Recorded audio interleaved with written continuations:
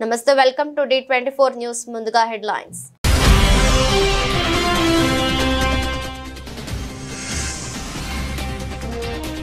మోదీ ఆహ్వానం మేరకు ఇండియాకు వస్తున్న పుతిన్ పర్యటనకు ఏర్పాట్లు జరుగుతున్నాయన్న రష్యా విదేశాంగ మంత్రి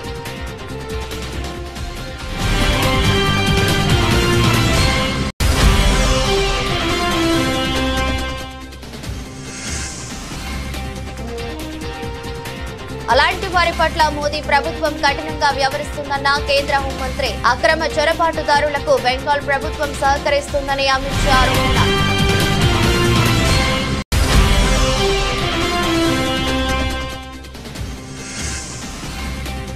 హైదరాబాద్ లో పుట్టిన మీకు తెలుగు ఎందుకు రాదు అక్బరుద్దీన్ ఓవైసీకి ఆకునూరి మురళి కౌంటర్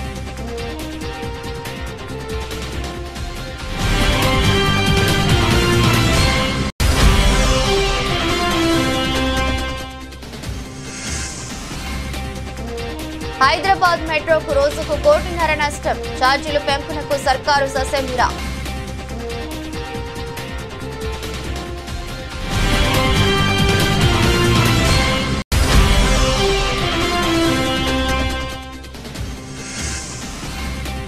టీడీపీ నాయకుడు రమేష్ రెడ్డిపై చర్యలు తీసుకోకుంటే 48 గంటల్లో రాజీనామా చేస్తా టీడీపీ ఎమ్మెల్యే కొలికెపూడి హెచ్చరిక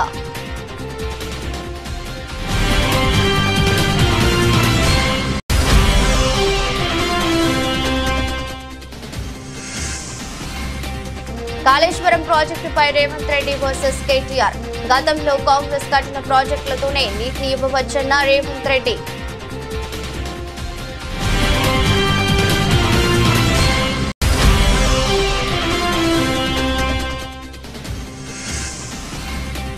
పోలవరంలో పర్యటించిన సీఎం చంద్రబాబు 2027 డిసెంబర్ నాటికి పోలవరం ప్రాజెక్టు పూర్తవుతుందని ధీమా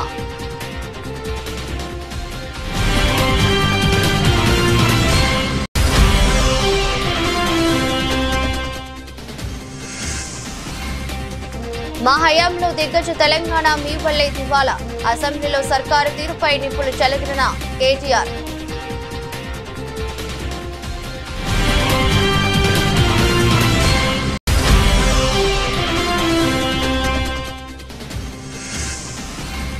తిరుమల శ్రీవారి సేవలో హీరో నితిన్ విఐపి ప్రారంభ విరామ దర్శన సమయంలో స్వామివారిని దర్శించుకున్న నటుడు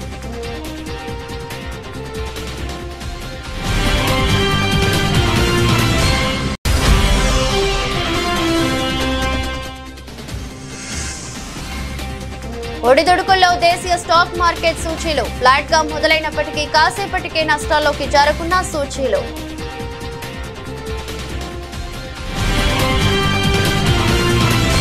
రష్యా అధ్యక్షుడు పుతిన్ ఇండియా పర్యటనకు వస్తున్నారు. భారత్ పర్యటనకు రావాలంటూ ప్రధాని మోదీ చేసిన ఆహ్వానాన్ని పుతిన్ అంగీకరించారని రష్యా విదేశాంగ మంత్రి సెర్గీ లావ్రోవ్ తెలిపారు. పుతిన్ భారత్ పర్యటనకు ఏర్పాట్లు జరుగుతున్నాయని చెప్పారు.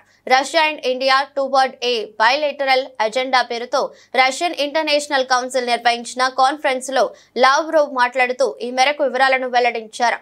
మూడోసారి ప్రధానిగా బాధ్యతలను చేపట్టిన తర్వాత మోదీ తొలి అంతర్జాతీయ పర్యటన రష్యాలో చేశారని చెప్పారు. గత ఏడాది జూలైలో మోదీ రష్యాలో పర్యటించారు. ఈ సందర్భంగా భారత్ లో పర్యటించాలని పుతిన్ ను మోదీ ఆహ్వానించారు. అమెరికా టారిఫ్ల ముప్పు, రష్యా ఉక్రెయిన్ యుద్ధం ముగింపుకు సంప్రదింపులు జరుగుతున్న తరుణంలో పుతిన్ భారత్ లో పర్యటించనుండటం గమనార్హం. Уважаемые коллеги, позвольте поприветствовать участников первой международной конференции «Россия и Индия на пути к новой повестке двусторонних отношений». Прежде всего, хотел бы поблагодарить Российский совет по международным делам, посольство Индии в России за совместную организацию нового форума. Рады видеть в Москве наших индийских друзей, представителей академических, деловых кругов. Знаю, что среди вас есть и дипломаты, в том числе высокого ранга. В соответствии с концепцией внешней политики Российской Федерации, укрепление особо привилегированного стратегического партнерства с Индией отнесено к приоритетам внешнеполитического курса нашей страны. Выполнению этой задачи уделяется большое внимание. В практической работе ощущаем, что аналогичным образом поступает и индийская сторона. Отношения между нашими странами имеют давнюю историю, можно сказать, что они прошли ни одно испытание временем. Сегодня Россия и Индия развивают равноправное сотрудничество, основанное на искреннем взаимном уважении и దురాలోచనతో దేశంలోకి ప్రవేశించి హాని కలిగించాలనుకునే వారి పట్ల నరేంద్ర మోదీ ప్రభుత్వం కఠినంగా వ్యవహరిస్తుందని, ఎట్టి పరిస్థితుల్లోనూ అలాంటి వారిని అడుగు పెట్టనివ్వబోమని కేంద్ర హోంశాఖ మంత్రి అమిత్ షా అన్నారు. అందరికీ ఆహ్వానం పలకడానికి భారతదేశం ధర్మశాల కాదని వ్యాఖ్యానించారు. ఇమిగ్రేషన్ అండ్ ఫారినర్స్ బిల్లు 2025కి లోక్సభ ఆమోదం తెలిపింది.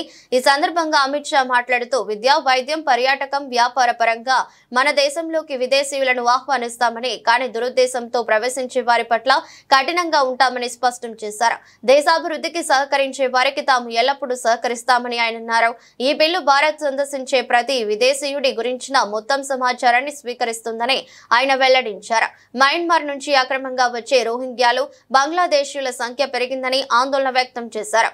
వ్యక్తిగత ప్రయోజనాలతో అలాంటి వారిని దేశంలోకి రానిస్తే అది ఎంత మాత్రమూ సురక్షితం కాదని అన్నారు. బెంగాల్లోని మమతా బెనర్జీ ప్రభుత్వం అక్రమ చొరబాటుదారులకు సహకరిస్తుందని ఆరోపించారు. వారికి ఆధార్ కార్డులు ఇచ్చి సౌకర్యాలు కల్పిస్తుందని మండిపడ్డారు. చొరబాట్ల నివారణకు కంచి ఏర్పాటు చేయడానికి బెంగాల్ ప్రభుత్వం కనీసం భూమిని కేటాయించలేకపోయిందని విమర్శించారు.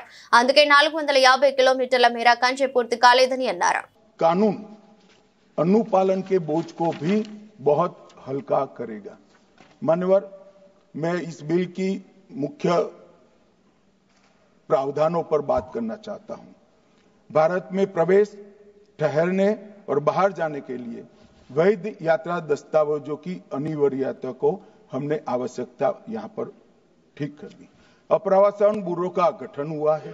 भारत में प्रवेश और ठहरने की अनिवार्यता आवश्यकताओं का उल्लंघन करने वाले किसी भी व्यक्ति को गिरफ्तार करने की शक्तियां भी इस कानून के अंदर हमने दी. भारत से किसी विदेशी को हटाने की भी शक्तियां दी.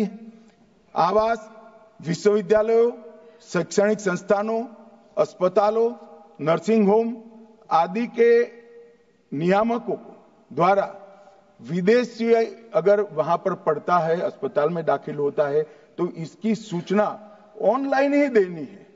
भाई, जब आप केस बना रहे हो तो ऑनलाइन एक सूचना देने में क्या आपत्ति है? कोई कहां रह रहा है इसका ट्रैक तो रहना चाहिए. और विदेशियों को भारत में लाने वाले वाहकों की बाध्यता को भी यहां सुस्पष्ट कर दिया गया है और उल्लंघन के लिए दंडात्मक प्रावधान भी किए गए हैं और कुछ अपराधों को कंपाउंडिंग कर सरल भी बनाया गया.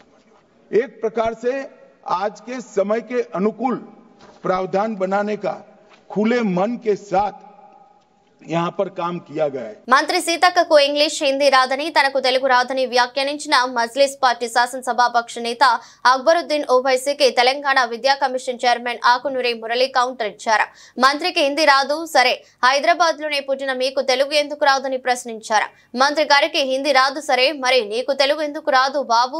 హైదరాబాద్ లోనే పుట్టి పెరిగినవు కదా. రాష్ట్రంలో మెజారిటీ ప్రజలు మాట్లాడే మొదటి అధికార భాష తెలుగు నేర్చుకోవాలనే సామాజిక బాధ్యత నీకు ఉండాలి కదా అంటూ చురకలంటించారు. అసెంబ్లీలో అందరూ సభ్యులు, మంత్రులు తెలుగులోనే మాట్లాడుతున్నప్పుడు మీకు ఏం అర్థమవుతుందని ప్రశ్నించారు. ఏదో ఒకటి అసెంబ్లీలో ప్రసంగం దంచేసి వెళ్లిపోతే సరిపోతుందని విమర్శించారు. తెలుగు రాకపోతే రాష్ట్రంలోని సమస్యలు మీకెలా అర్థమవుతాయని ప్రశ్నించారు.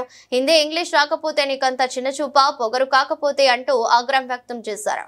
హైదరాబాద్ మెట్రో రైలుకు రోజుకు దాదాపు ₹1.5 నష్టం వస్తుండటంతో ఛార్జీలు పెంచాలని ప్రభుత్వం వద్ద ప్రతిపాదించింది. అయితే నష్టాలు వచ్చినా సరే ప్రయాణికులపై భారం వేయబోమని రాష్ట్ర ప్రభుత్వం స్పష్టం చేసినట్టు తెలిసిందే. సంస్థకు రోజుకు ₹1.5 నష్టం వాటిల్లుతోందని, దీనికి తోడు ప్రాజెక్టు నిర్మాణ సమయంలో అంతర్జాతీయ బ్యాంకుల నుంచి తీసుకున్న రుణాలను వడ్డీలు చెల్లించలేకపోతున్నామని, కాబట్టి ఛార్జీల పెంపే ఏకైక మార్గమని ఎల్ఎన్టీ హైదరాబాద్ మెట్రో రైలు అధికారులు చెబుతున్నారు. ఈ నేపథ్యంలో ఛార్జీల పెంపునకు రాష్ట్ర ప్రభుత్వం ద్వారా కేంద్ర ప్రభుత్వం నుంచి అనుమతి కోరేందుకు ప్రయత్నిస్తున్నారు. అయితే రాష్ట్ర ప్రభుత్వం మాత్రం ప్రయాణికులపై అదనపు భారం మోపేందుకు సుముఖంగా లేదు. ప్రస్తుతం మెట్రోలోని 3 కారిడార్లలో రోజుకు 5.10 లక్షల మంది ప్రయాణిస్తున్నారు. కరోనాకు ముందు మెట్రోకు రోజుకు 80 లక్షలకు పైగా ఆదాయం సమకూరేది. అయితే కరోనా లాక్డౌన్ తో మెట్రో ఒక్కసారిగా కుదేలైంది. లాక్డౌన్ ఎత్తివేత తర్వాత క్రమంగా కోలుకున్నప్పటికీ నష్టాలు మాత్రం సంస్థను వేధిస్తున్నాయి. అంచనా వేసినట్టుగా ప్రయాణికుల సంఖ్య 6 లక్షలకు పెరగకపోవటం, నిర్వహణ ఖర్చులు పెరిగిపోతుండటంతో నష్టాలు మూటగట్టుకుంటుంది. దీనికి తోడు మహిళలకు ఆర్టీసీ బస్సులు ఉచిత ప్రయాణం కారణంగా మెట్రోలో ప్రయాణించే మహిళల సంఖ్య గణనీయంగా తగ్గిందని, ఈ నేపథ్యంలో టికెట్ ఛార్జీలను ధరలను పెంచుకునే వెసులుబాటు కల్పిస్తే కొంతలో కొంత నష్టాలను పూడ్చుకుంటామని మెట్రో అధికారులు చెబుతున్నారు. అయితే మెట్రో రెండో దశ నిర్మాణంపై దృష్టి పెట్టిన రాష్ట్ర ప్రభుత్వం ఇప్పుడు ఛార్జీల పెంపును కేంద్రం వద్ద ప్రస్తావిస్తే అసలు లక్ష్యం దెబ్బతినే అవకాశం ఉందని భావిస్తోంది. కాగా మెట్రో ఛార్జీలు ప్రస్తుతం 10 రూపాయలతో ప్రారంభమవుతుండగా గరిష్టంగా 60 రూపాయల వరకు ఉన్నాయి. ఇప్పుడు ఈ ఛార్జీలను సవరిస్తే కనీసం 20 రూపాయలు, గరిష్ట ఛార్జీ 80 రూపాయలుగా మారే అవకాశం ఉంది. గిరిజన మహిళలను లైంగికంగా వేధించినట్టు ఆరోపణలు ఎదుర్కొంటున్న టీడీపీ నాయకుడు అలవాల రమేష్ రెడ్డిపై 48 గంటల్లోగా అధిష్టానం చర్యలు తీసుకోవాలని, లేదంటే ఎమ్మెల్యే పదవికి రాజీనామా చేస్తానని తిరువూరు ఎమ్మెల్యే కొలికెపూడి శ్రీనివాసరావు అల్టిమేటం జారీ చేశారు. తిరువూరు ఏఎంసీ మాజీ చైర్మన్ రమేష్ రెడ్డి ఓ గిరిజన మహిళతో ఫోన్లో అసభ్యంగా మాట్లాడారని, ఆయనపై చర్యలు తీసుకోవాలంటూ ఎమ్మెల్యే కార్యాలయం వద్ద కొందరు గిరిజన మహిళలు గురువారం ఆందోళన చేపట్టారు. ఈ సందర్భంగా కొలికెపూడి మాట్లాడుతూ గిరిజన మహిళలతో రమేష్ రెడ్డి ఫోన్ సంభాషణ అత్యంత జుగుప్సాకరంగా ఉందని, ఇలాంటి వారిని నిలువున పాతరేసినా తప్పులేదని ఆగ్రహం వ్యక్తం చేశారు. తాను పాల్గొనే కార్యక్రమాల్లో ఆయన ఎక్కడైనా తనకు తారసపడితే చెప్పు తెగే వరకు కొడతానని పేర్కొన్నారు. రమేష్ రెడ్డిపై ఎంపీ కేశినేని శివనాథ్, పార్టీ రాష్ట్ర జిల్లా అధ్యక్షులు, తిరువూరు టీడీపీ పరిశీలకుడు సహా అందరికీ ఫిర్యాదు చేసినట్టు కొలికెపూడి తెలిపారు. 10 రోజులు దాటుతున్న ఆయనపై చర్యలు ఎందుకు తీసుకోలేదని ప్రశ్నించారు. రుణం అడిగినందుకు గిరిజన మహిళతో అసభ్యంగా మాట్లాడిన నాయకుడి విషయంలో పార్టీ అధిష్టానం ఇప్పటి వరకు స్పందించకపోవటం ఏమిటని కొలికెపూడి నిలదీశారు. అలాంటి జరుగుతున్నప్పుడు రాష్ట్రంలో, దేశంలో ఎక్కడ జరిగినా నేను స్పందిస్తా. అలాంటిది నా నియోజకవర్గంలో జరిగిన తర్వాత నేను స్పందించకపోతే, బాధితులకి న్యాయం జరగకపోతే నేను ఎమ్మెల్యేగా ఎందుకు ఉండాలి? ఉండవల్ల ప్రయోజనం ఏంటి? కాబట్టి మీ అందరికీ చెప్తున్నానమ్మా, 10 రోజుల నుంచి మౌనంగా ఉన్నా.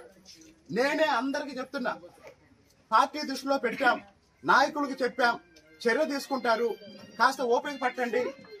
నేను వ్యక్తిగత స్థాయిలో స్పందించడానికి నాకు నిమిషం పట్టింది. కానీ ఒక శాసనసభ్యుడిగా నేనేమన్నా స్పందిస్తే దాని మీద అందరి విశ్లేషణ ఉంటుంది. కాబట్టి నేను ఒక బాధ్యతాయుతమైన శాసనసభ్యుడిగా సమన్వయం పాటిస్తున్నాను, కొంచెం ఆగండి అని అందరికీ చెప్పాను. ఇంత దారుణం చేసిన రమేష్ రెడ్డి మీద పార్టీ నాయకత్వం చర్యలు తీసుకోకపోతే 48 గంటల తర్వాత నేను రాజీనామా చేస్తాను. కాళేశ్వరం ప్రాజెక్టు అంశంపై ముఖ్యమంత్రి Revanth Reddy, BRS working president KTR మధ్య మాటల యుద్ధం కొనసాగింది. పంటలు ఎండిపోయి రైతులు నష్టపోతున్నప్పటికీ ప్రభుత్వం పట్టించుకోవటం లేదని కేటీఆర్ విమర్శించారు. కాళేశ్వరం ప్రాజెక్టును కూలేశ్వరం అంటూ మంత్రులు మాట్లాడటం సరికాదని ఆయన అభిప్రాయపడ్డారు. ఆలోచన లేకుండా భారీ ప్రాజెక్టును కూలేశ్వరం అని సంబోధించవద్దని కేటీఆర్ హితవు పలికారు. కాళేశ్వరం కూలిపోయిందని చెబుతున్న ముఖ్యమంత్రి కొండపోచమ్మ సాగర్, మల్లన్న సాగర్ నుంచి హైదరాబాద్ కు నీరు తెస్తారని పేర్కొనడం విడ్డూరంగా ఉందని అన్నారు. అందుకే ముఖ్యమంత్రి అపరిచితుడిలా వ్యవహరిస్తున్నారని ఎద్దేవా చేశారు. కాళేశ్వరం కూలిపోతే కొండపోచమ్మ సాగర్, మల్లన్న సాగర్, బస్వాపూర్ ప్రాజెక్టులు కూడా ఉండవని ఆయన స్పష్టం చేశారు. రైతులను పట్టించుకోవడం లేదన్న కేటీఆర్ వ్యాఖ్యలపై ముఖ్యమంత్రి రేవంత్ రెడ్డి తీవ్రంగా స్పందించారు. కాళేశ్వరం ప్రాజెక్టు లేకపోయినా గోదావరి జలాలను వినియోగించే అవకాశం ఉందని ఆయన తేల్చి చెప్పారు. కమిషన్లు, ఫామ్ హౌస్ల కోసమే రీడిజైన్ల పేరుతో కాళేశ్వరం ప్రాజెక్టును నిర్మించారని ఆయన ఆరోపించారు. పార్తే కానీ మీరు ఏదైతే లిఫ్టులు, పంపులు పెట్టి కూలగొట్టిన దానికి సంబంధం లేదు. శ్రీపాద, ఎల్లంపల్లి, లేకపోతే శ్రీరామ్ సాగర్, ఇవన్నీ ప్రాజెక్టులు మీ తాతల కాలంలో కట్టిన కాంగ్రెస్ ప్రాజెక్టులు. ఆ ప్రాజెక్టులతో ఈ రోజు మల్లన్న సాగర్ కావచ్చు, రంగనాయక సాగర్ కావచ్చు, కొండపోచమ్మ కావచ్చు, నువ్వు కట్టినవి లేకపోయినా కూడా, నువ్వు కూలిపోయినా కూడా ప్రాజెక్టులకు నీళ్లు ఇవ్వడానికి ఉంది. మీరు లేని అబద్ధాలతోని లేకపోతే మేడిగడ్డ దగ్గర కట్టిందో, సుందిల దగ్గర కట్టిందో, అన్నారం దగ్గర కట్టిన మీరు పంపులు, లిఫ్టులతోని కొల్లగొట్టిన 1,00,000 కోట్ల రూపాయల ప్రాజెక్టు గుండు సున్నా. లేకపోయినా నీళ్లు ఇవ్వచ్చు, తప్పుదారు పట్టించకండి. రెండవది, ఈరోజు మీరు పదే అక్కడ లగచర్లలో జరిగిందంటున్నారు అధ్యక్ష. మల్లన్న సాగర్ కట్టిన రోజు ఏటిగడ్డ, కిష్టాపూర్, వేమ్లఘాట్ 14 గ్రామాలు, తండాలు కలిసి పరిగెత్తించి మిమ్మల్ని కొట్టిన రోజు మీరు పోలీసుల బూట్ కాళ్లతోని తొక్కిచ్చిన రోజు, ఆ రోజు ఎట్లా జరిగింది అధ్యక్ష? అది గజ్వేల్లోనే కదా. గజ్వేల్ నియోజకవర్గంలో సిద్దిపేట జిల్లాలో ఉన్న వేములఘాట్ కావచ్చు, ఏటిగడ్డ, కిష్టాపూర్ కావచ్చు, నేను పోయి దీక్ష చేసిన అధ్యక్ష 48 గంటలు. భూసేకరణకు వ్యతిరేకం కాదు, నష్టపరిహారం పెంచండి అని చెప్పినాం. మీరు 3 లక్షలు ఇస్తే 7 లక్షలు చేయమన్నాం. ఈరోజు మీరు ప్రతి ప్రాజెక్టు పక్కన 100 ఎకరాలు మీరు ఫామ్ హౌజులు కొనుక్కున్నారా లేరా? ఈ రోజు ప్రాజెక్టులు డైరెక్ట్ గా కొండపోచమ్మ నుంచి మీ ఫామ్ హౌస్ కి, మీ ఎర్రవల్లి ఫామ్ హౌస్ కి కాల్వలు తీసుకొని 100 ఎకరాలు మీరు నీళ్లు తీసుకెళ్ళినరా లేరా? ఈ రోజు రంగనాయక సాగర్ దగ్గర హరీష్ రావు గారికి ఫామ్ హౌస్ ఉన్నదా లేదా? మీరు ప్రాజెక్టులు కట్టిందే మీ ఫామ్ హౌస్ల కోసం. ఏపీ ముఖ్యమంత్రి చంద్రబాబు పోలవరం ప్రాజెక్టును సందర్శించారు. నిర్వాసితులతో సమావేశమయ్యారు. ఈ సందర్భంగా ఆయన మాట్లాడుతూ 2027 డిసెంబర్ నాటికి పోలవరం ప్రాజెక్టు పూర్తి చేయాలన్నది తమ లక్ష్యమని అన్నారు. 2027 నవంబర్ నాటికి ప్రాజెక్టు నిర్వాసితులకు పునరావాసం ఏర్పాటు పూర్తి చేయాలని భావిస్తున్నామని చెప్పారు. పోలవరం ప్రాజెక్టు నుంచి నీళ్లు వదిలే ముందే పునరావాస చర్యలు పూర్తవుతాయని తెలిపారు. దళారులు మోసగాళ్లకు అవకాశం లేకుండా చేస్తామని స్పష్టం చేశారు. 829 కోట్లు నేరుగా నిర్వాసితుల ఖాతాల్లో వేసిన ఘనత తమది అని చంద్రబాబు ఉద్ఘాటించారు. 2014 విభజన జరిగిన ఇమ్మీడియట్ గా అటు కేంద్రంలో గవర్నమెంట్ ఫామ్ చేయలేదు, ఇటు రాష్ట్రంలో గవర్నమెంట్ ఎన్నికలైనాయి. గవర్నమెంట్ ఫామ్ చేసే స్టేజ్ లో 7 మండలాలు ఏవైతే ఉన్నాయో అవి తెలంగాణలో ఉంటే ప్రాజెక్టు పూర్తి కాదు, సమస్య పరిష్కారం కాదు. ఆ రోజు నాకు ఒక ఇంట్యూషన్, నేను ముఖ్యమంత్రి అయ్యాను, ఒక అనుభవం ఉంది. అనుభవం ఉన్నప్పుడు మొత్తం డీటెయిల్స్ తెప్పించుకొని చూస్తే అప్పటికి బైఫర్కేషన్ యాక్ట్ లో గట్టిగా మాట్లాడడం అయినాయి. కానీ ఆ రోజు నాకు వచ్చినటువంటి అనుమానం నివృత్తి చేసుకోవడానికి పిలిపించి మాట్లాడినప్పుడు ఇది రాకపోతే చాలా సమస్యలు వస్తాయి. ఒక్కసారి నోటిఫికేషన్ 2 స్టేట్ గానీ అయిపోతే ఆ స్టేట్ పర్మిషన్ అవసరం ల్యాండ్ ఎక్విజిషన్ అన్నిటికీ. అక్కడి నుంచి ప్రాబ్లమ్స్ వస్తాయనే ఉద్దేశంతో గట్టిగా పట్టుబట్టి ఫస్ట్ టైం చరిత్రలో ఒక గవర్నమెంట్ ఏర్పడిన తర్వాత పార్లమెంట్ పెట్టుకొని ఇక్కడ అసెంబ్లీ పెట్టుకొని రెగ్యులర్ బిజినెస్ కు వస్తాం. బిఫోర్ పార్లమెంట్ సమావేశాల కంటే ముందు ఒక ఆర్డినెన్స్ ఇష్యూ చేసి, పార్లమెంట్ పెడితే ఆర్డినెన్స్ కాబట్టి ఆర్డినెన్స్ ఇష్యూ చేసి ప్రెసిడెంట్ ఆఫ్ ఇండియాను కన్విన్స్ చేసి ప్రెసిడెంట్ ఆఫ్ ఇండియా రిఫ్యూజ్ చేశాడు అనుకోండి, రేపే కదా మీరు ముందు పార్లమెంట్ పెట్టుకొని అక్కడ పాస్ చేసుకోమంటే అంత లోపల నోటిఫికేషన్ అయిపోతుంది. There is a dead line June 2 2 రాష్ట్రాలు ఏర్పడడానికి. June 2 వస్తే ఆటోమేటిక్ గా 2 రాష్ట్రాలు మళ్ళీ బిల్ పాస్ చేయాలి, తర్వాతనే కేంద్ర రూల్ వస్తుంది. అలాంటి సమయంలో 7 మండలాలు ఆంధ్రప్రదేశ్ రాష్ట్రానికి ఇవ్వడం ఈ ప్రాజెక్టు పూర్తి చేయడానికి దోహదం చేసింది. కేంద్రం మీరు ఒకసారి చూస్తే చాలా కోఆపరేట్ చేశారు, ఆ రోజు చేశారు, ఈ రోజు చేశారు. అక్కడి నుంచి ఈ ప్రాజెక్ట్ ని పూర్తి చేయడానికి నీతి ఆయోగ్ వెళ్తే నీతి ఆయోగ్ రికమెండ్ చేశారు. ఇది ఆంధ్రప్రదేశ్ కి డెడికేటెడ్ ప్రాజెక్ట్, బైఫర్కేషన్ లో వచ్చింది. ఈ ప్రాజెక్ట్ ను పూర్తి చేయాలంటే వాళ్లే శ్రద్ధ తీసుకుంటారు. నేషనల్ ప్రాజెక్టులు పూర్తి చేసిన చరిత్ర చూస్తే ఆశాజనకంగా లేవు. కాబట్టి ఈ ప్రాజెక్ట్ రాష్ట్రానికి ఇమ్మని చెప్పి ఎగ్జిక్యూషన్ అంతా కూడా స్టేట్ గవర్నమెంట్ చేయమని ఇచ్చారు. దాంతో ఏ కొలమానాలతో కొలిచినా, ఏ తూకం రాళ్లతో తూచినా, ఏ ప్రమాణాలతో లెక్కించినా, ఏ సూచికలతో పోల్చి చూసినా తెలంగాణ ఖచ్చితంగా దిగ్గజ రాష్ట్రమే. దివాలా రాష్ట్రం కానే కాదని BRS working president MLA K Taraka Rama Rao స్పష్టం చేశారు. నీతి ఆయోగ్ నివేదికలు, ప్రధాని ఆర్థిక సలహా మండలి రిపోర్టులు, ఎకనామిక్ సర్వేలు, FCI రిపోర్టులు, తెలంగాణ అట్లాస్, ఆర్థిక సామాజిక అవుట్లుక్ వీటన్నిటిలోనూ నిజాలే ఉన్నాయని పేర్కొన్నారు. ఇంత మంచి రాష్ట్రాన్ని, సిరి సంపదలు గల రాష్ట్రాన్ని దివాలా రాష్ట్రం అనడానికి నూరెలా వస్తుందని ఆగ్రహం వ్యక్తం చేశారు. అసెంబ్లీలో ద్రవ్య వినిమయ బిల్లుపై చర్చ సందర్భంగా బీఆర్ఎస్ తరపున కేటీఆర్ మాట్లాడారు.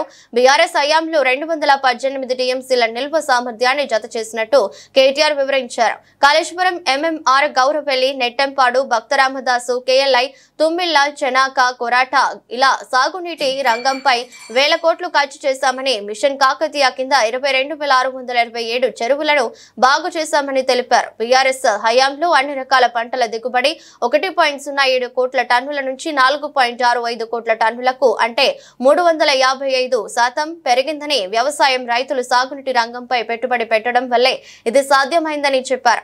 ధాన్యం ఉత్పత్తి 68 లక్షల టన్నుల నుంచి 2023లో 2.7 కోట్ల టన్నులకు పెరిగిందని, పంజాబ్, హర్యానాను దాటిపోయిందని తెలిపారు.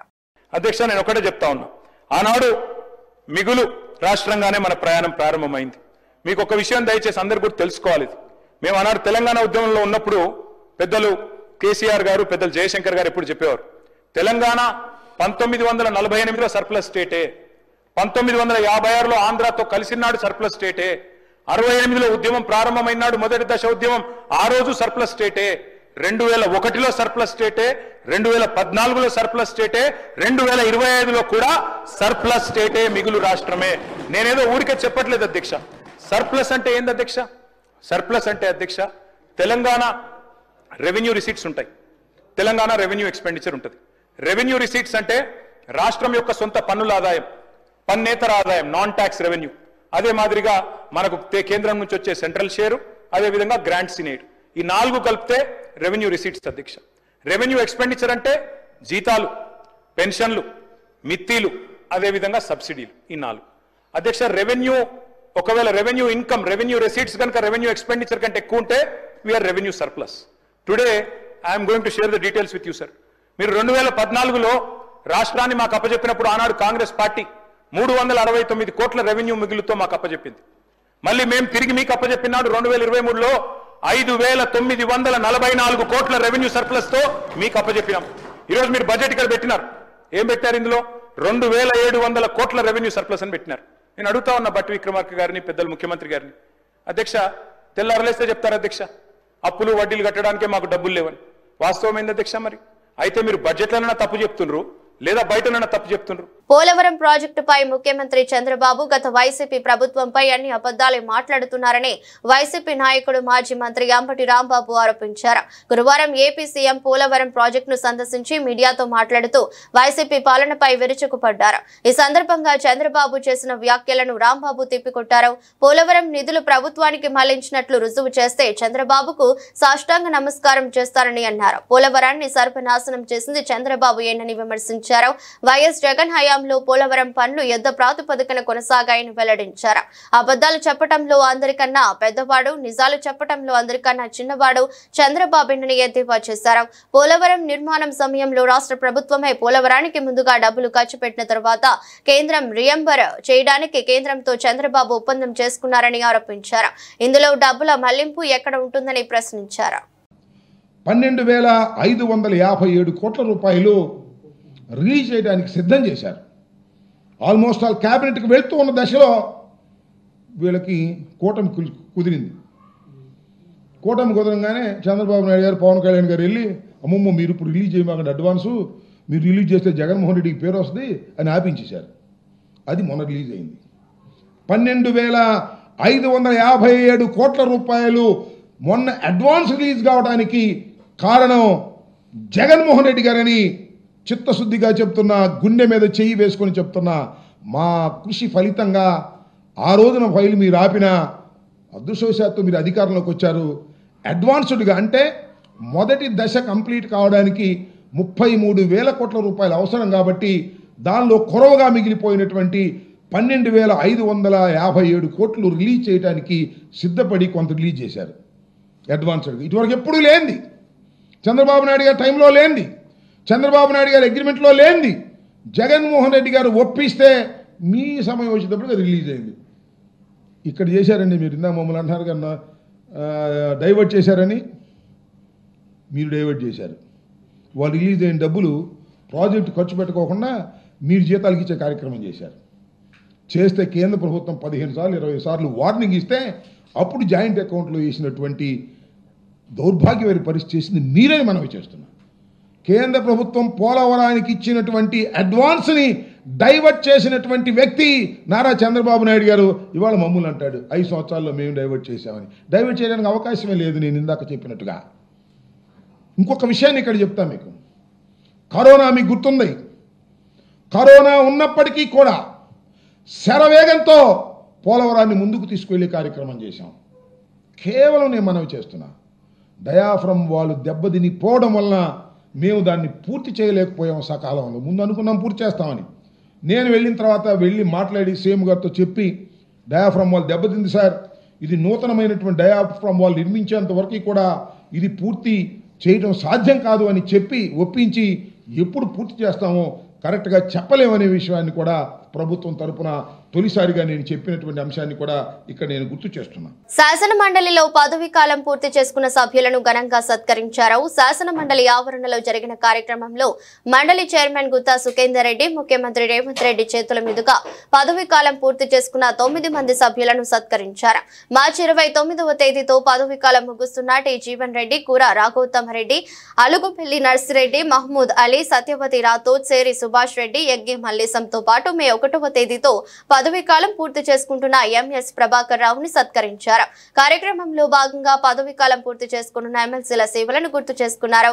కార్యక్రమంలో మండలి డిప్యూటీ చైర్మన్ డాక్టర్ బండా ప్రకాష్, మంత్రులు డి శ్రీధర్ బాబు, దామోదర్ రాజ్ నరసింహ, పలువురు శాసన మండలి సభ్యులు, ప్రభుత్వ ప్రధాన కార్యదర్శి శాంతి కుమారితో పాటు పలువురు అధికారులు పాల్గొన్నారు.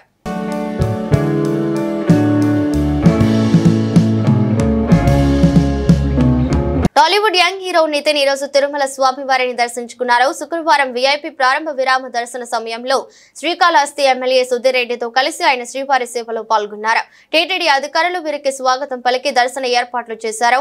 దర్శనం అనంతరం రంగనాయకుల మండపంలో నితిన్ కు వేద పండితులు ఆశీర్వచనం చేసి శ్రీవారి తీర్థ ప్రసాదాలను అందజేశారు. కాగా ఈ రోజు నితిన్ నటించిన కొత్త సినిమా రాబిన్ హుడ్ థియేటర్లలోకి వచ్చిన విషయం తెలిసిందే. వెంకీ కుటుంబల దర్శకత్వంలో వచ్చిన ఈ మూవీపై భారీ అంచనాలు ఉన్నాయి.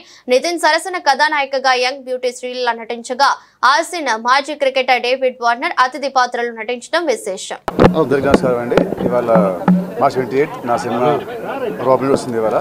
సో దాని ముందు స్వామివారిని దర్శించుకున్నాను. దర్శనం మా బుజ్జల సుధీరన్న వల్ల శ్రీరాజ్ సినిమాలే మాకు చాలా బాగా జరిగింది. మా ఫ్యామిలీ ఫ్రెండ్ ఎప్పటి నుంచో. సో థ్యాంక్ యూ అన్న, thank you so much. So అందరూ ప్లీజ్ ఈ సినిమా చూడండి, చూసి ఎంజాయ్ చేయండి.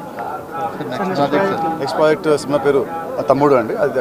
అంతర్జాతీయంగా అన్ని మార్కెట్లు నష్టాల్లో కొనసాగుతుండటంతో భారత స్టాక్ మార్కెట్ సూచీలు ఇవాళ శుక్రవారం ఒడిదుడుకుల మధ్య కొనసాగుతున్నాయి.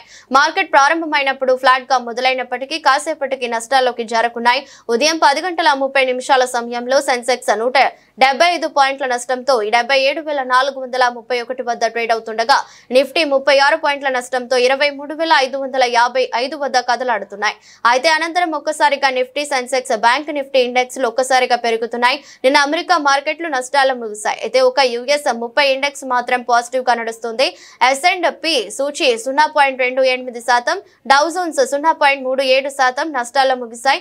ఆసియా పసిఫిక్ మార్కెట్లు నేడు నష్టాలు ట్రేడ్ అవుతున్నాయి. జపాన్ నిక్కీ 2.41%, హాంకాంగ్ HSeng 0.90% నష్టంతో సాగుతున్నాయి. కాగా విదేశీ సంస్థాగత మదుపరులు నిన్న పెద్ద ఎత్తున కొనుగోలు జరిపారు. నిన్న ఒక్కరోజే భారీగా 11,111 కోట్ల విలువ చేసే షేర్లను కొనుగోలు చేశారు.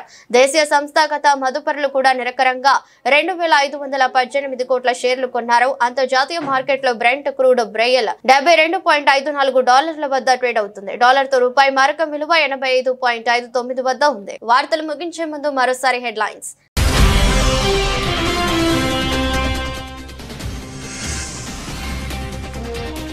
మోదీ ఆహ్వానం మేరకు ఇండియాకు వస్తున్న పుతిన్ పర్యటనకు ఏర్పాట్లు జరుగుతున్నాయన్న రష్యా విదేశాంగ మంత్రి.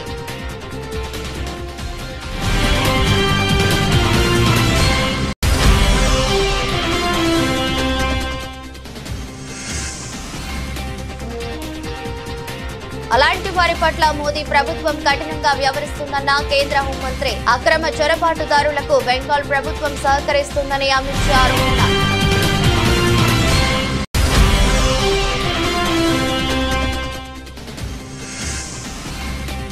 హైదరాబాద్ లో పుట్టిన మీకు తెలుగు ఎందుకు రాదు?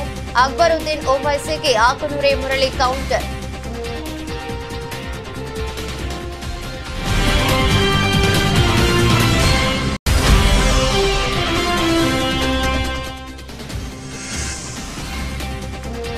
హైదరాబాద్ మెట్రోకు రోజుకు 1.5 కోటి నష్టం. ఛార్జీలు పెంపునకు సర్కారు ససేమిరా.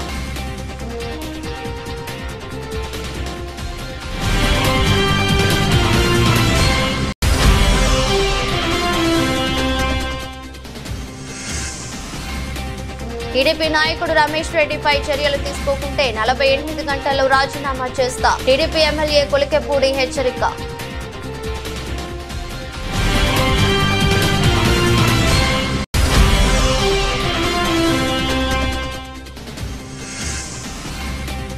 కాళేశ్వరం ప్రాజెక్టుపై రేవంత్ రెడ్డి వర్సెస్ కేటీఆర్. గతంలో కాంగ్రెస్ కట్టిన ప్రాజెక్టులతోనే నీటిని ఇవ్వవచ్చన్న రేవంత్ రెడ్డి.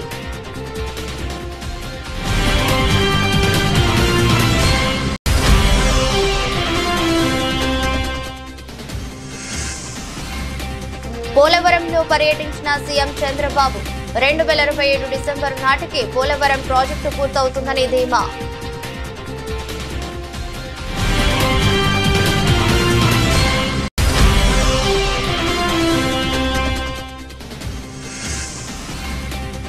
మా హయాంలో దిగ్గజ తెలంగాణ మీ వల్లే దివాలా.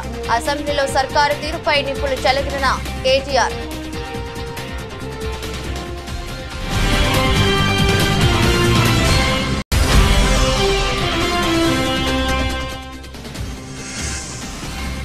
తిరుమల శ్రీవారి సేవలో హీరో నితిన్. వీఐపీ ప్రారంభ విరామ దర్శన సమయంలో స్వామివారిని దర్శించుకున్న నటుడు.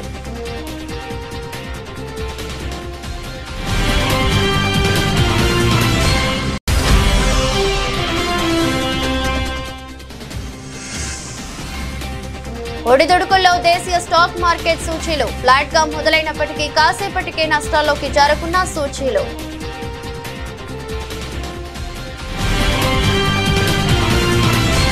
ఇది రోజు బులెటిన్. మరో బులెటిన్లో మళ్ళీ కలుద్దాం. అంతవరకు సెలవు. నమస్కారం.